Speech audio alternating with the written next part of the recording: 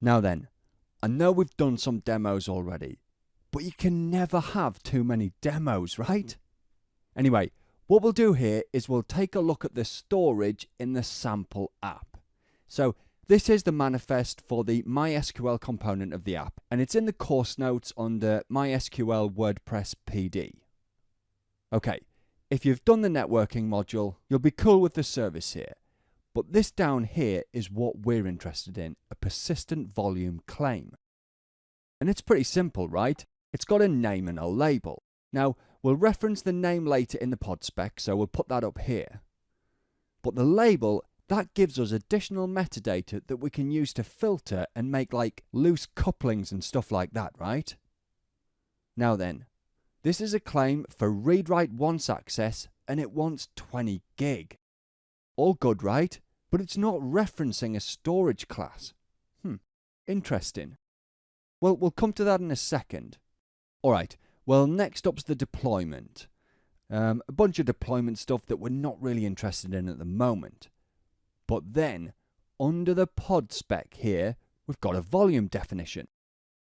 So, we're calling this volume MySQL persistent storage. So, within the pod spec, we're defining a volume and we're giving it a name. But look, we're basing it on the claim from above. See how it matches the name in the claim? Brilliant. Well, drilling into the container definition, it's not hard to see that we're mounting this very same volume by name to varlib MySQL inside the MySQL container. So we've got most of the puzzle, right? The PV claim, the volume definition in the pod spec, and it's being mounted in a container. So far so good. But that's actually it. There actually is nothing else. And we can deploy this and it'll work. But there's no PV and there's no storage class, so how will it work? Well, the secret's in something called a default storage class on the cluster. And anytime you've got a default storage class and you don't specify storage class name in the PV claim, you'll get that default. Now, I'm on a cluster in Azure this time. Got to spread that cloud love, yeah? And I do love the shorter names. But if we look at storage classes, these are set up by default on every AKS cluster, at least the ones I've used. And this default in the brackets? Well, yeah, this is the default class. Now, the name here can be anything, right? It's just coincidence that AKS calls it default.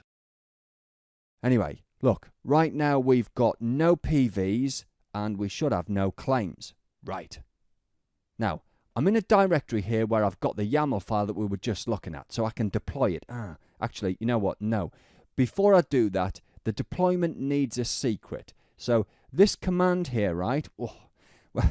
That will imperatively create a new secret called MySQL pass. Now, the name of this secret is referenced in the YAML file for the MySQL password, right?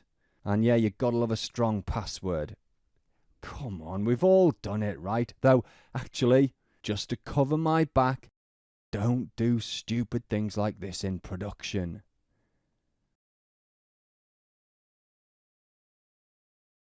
Okay, well that all looks good. Yeah, so we'll deploy the app now. Let's check that that's taken. And okay, it's in the process of deploying, but any PVs and claims should already be there. Now then, because there's only going to be one PV on the system, we can run it like this without getting the name first. Okay, so storage class here is default. Now, that's the name of the class actually, not the fact that it's the default class. It just happens, right? Remember, AKS calls the default class default. I think if you're on GKE, normally it's called standard. Anyway, look, it's bound. Reclaim policy here is delete and read write once for the access mode. Oh, and 20 gigs, yeah? Now, look, if you get a discrepancy here, maybe 22 gigs or something, there's a good chance that that's down to gigabytes versus gibibytes. Yeah. The old, is a gigabyte 1000 megabytes or 1024? Look, like I said, storage scars from my past, but I'm just saying, right, if you get some number discrepancies, it might be due to storage counting quirks.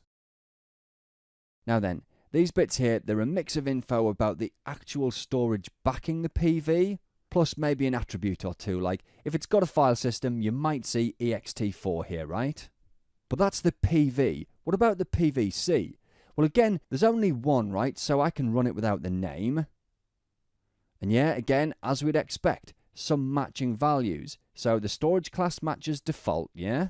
Remember, we didn't specify a storage class in the YAML file, so it defaulted to whatever was the default on the cluster. It's bound, yeah? That means the storage class was able to create a PV matching its requirements on the fly. We asked for 20 gig, yeah? And read-write once. Oh yeah, and under events here, I like this, right? Provisioning succeeded. Remember, it was provisioned on demand via the cluster's default storage class. Like just now, yeah? A minute ago. So that's the PV and the PVC. And if we describe the pod, again, we don't need the name because it's the only one on this cluster. Whoa, okay. But if we look here, under volumes, that's it there. Name, type, and claim, and a bit more as well. But that's how it is in the sample app. A PVC dynamically creates a PV using the cluster's default storage class. And you know what? It's the same for the WordPress front-end bit. That has a volume for var www HTML. Pretty good stuff. And that's it, right? But it's been a lot, so I do think a recap will be well worth your time.